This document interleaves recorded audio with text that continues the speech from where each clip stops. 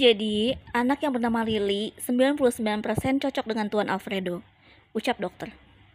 Fedra terkejut dan Ramos merasa heran dengan ucapan dokter. Gak mungkin sih dok, itu kan saya lihat sendiri kalau Gladys bercocok tanam dengan supir saya saat itu, ucap Ramos.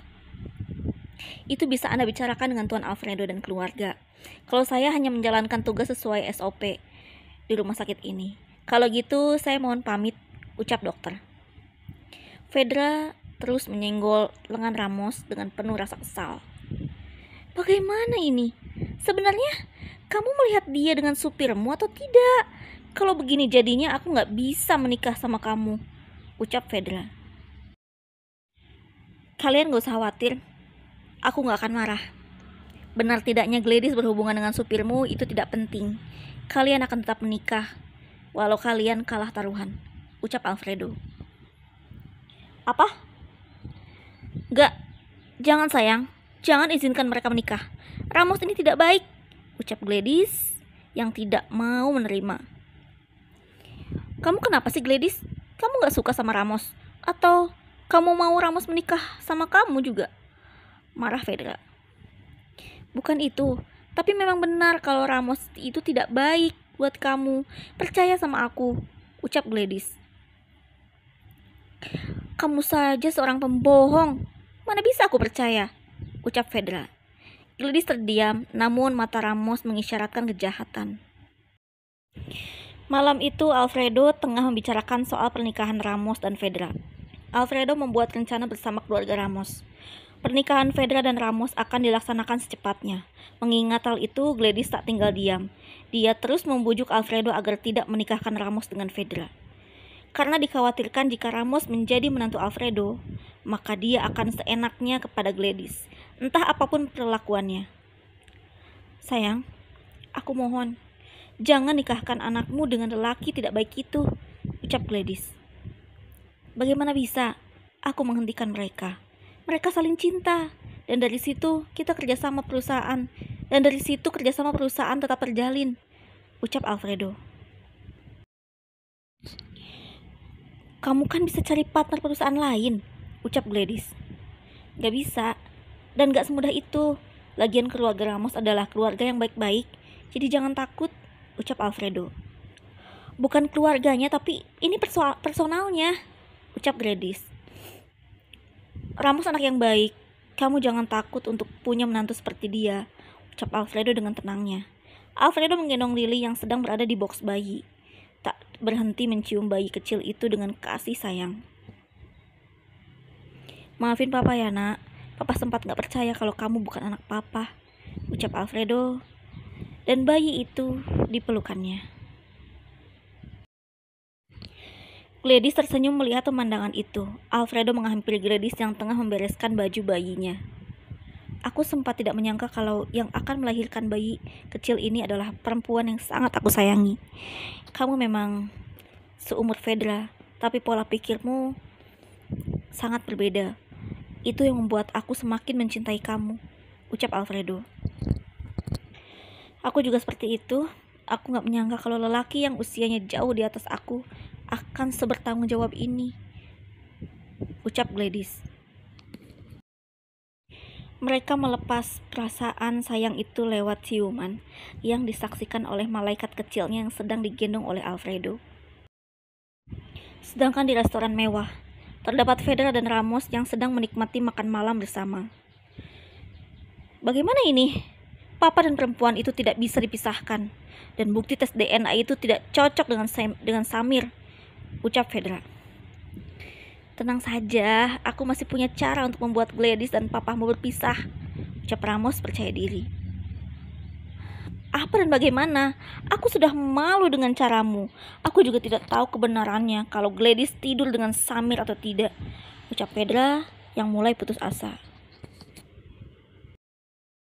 Jangan begitu. Awal mungkin kita akan gagal, tapi aku akan membuktikan kalau Gladys akan benar-benar berpisah sama papamu, ucap Ramos. 2 minggu kemudian pernikahan itu digelar dengan sangat mewah. Fedra didandani dengan gaun yang cantik. Alfredo juga sudah siap dan menerima banyak tamu undangan. Namun Gladys saat itu menghilang, kesempatan besar untuk Mary lebih dekat dengan Alfredo.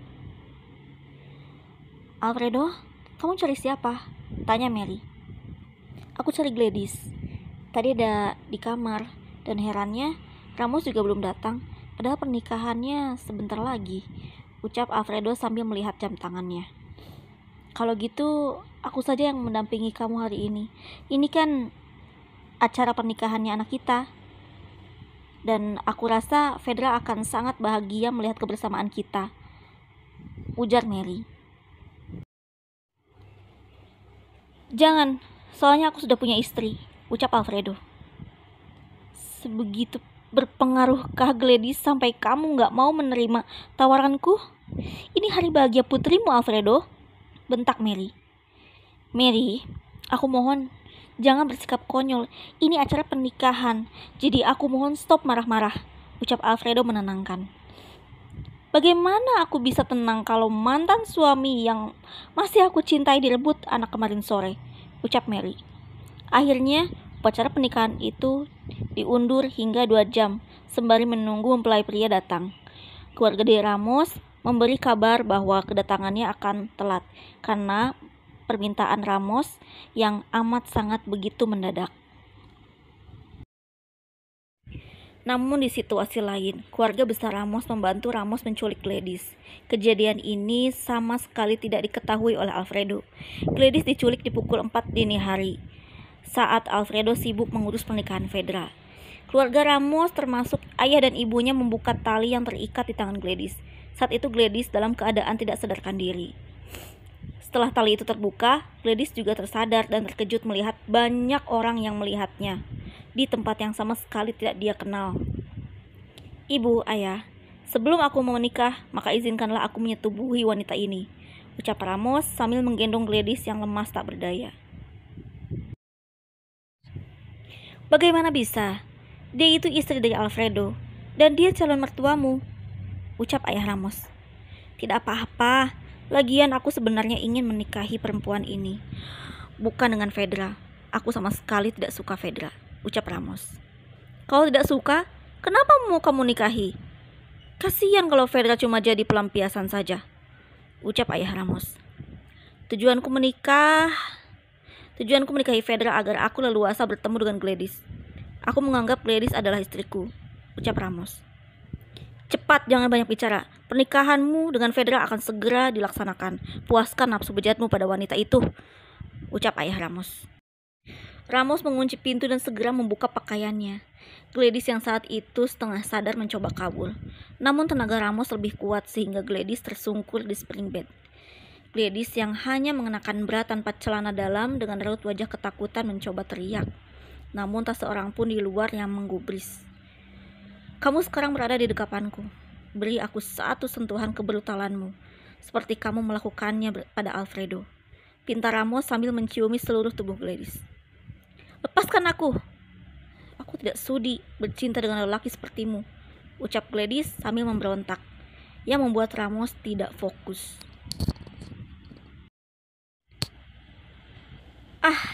Rasanya memang tidak nikmat jika wanita yang aku ajak bercinta malah tidak bisa diam," ucap Ramos kesal. Ramos memanggil 4 orang bodyguardnya. 4 bodyguard itu membantu memegang tangan dan kaki Gladys, hingga nafsu Ramos terlampiaskan di hari itu. Gladys berteriak saat Ramos melakukan tindakan tak senonoh itu. 4 bodyguard itu menutup mata selama sang bos berbuat keji. "Aku mohon Ramos, sudah cukup," tangis Gladys kesakitan. Rasanya masih enak, walaupun sudah melahirkan anak dan sering dipakai oleh Alfredo. "Tapi tenang saja, kamu secepatnya akan aku nikahi juga sayang," ucap Ramos tersenyum puas. Karena tak sabar, Alfredo pergi ke rumah keluarga Ramos. Alfredo tak tahan dengan sikap keluarga Ramos yang terkesan menutup-nutupi. Hingga akhirnya Alfredo memberanikan diri untuk masuk ke kamar Ramos. Saat Alfredo membuka pintu, ternyata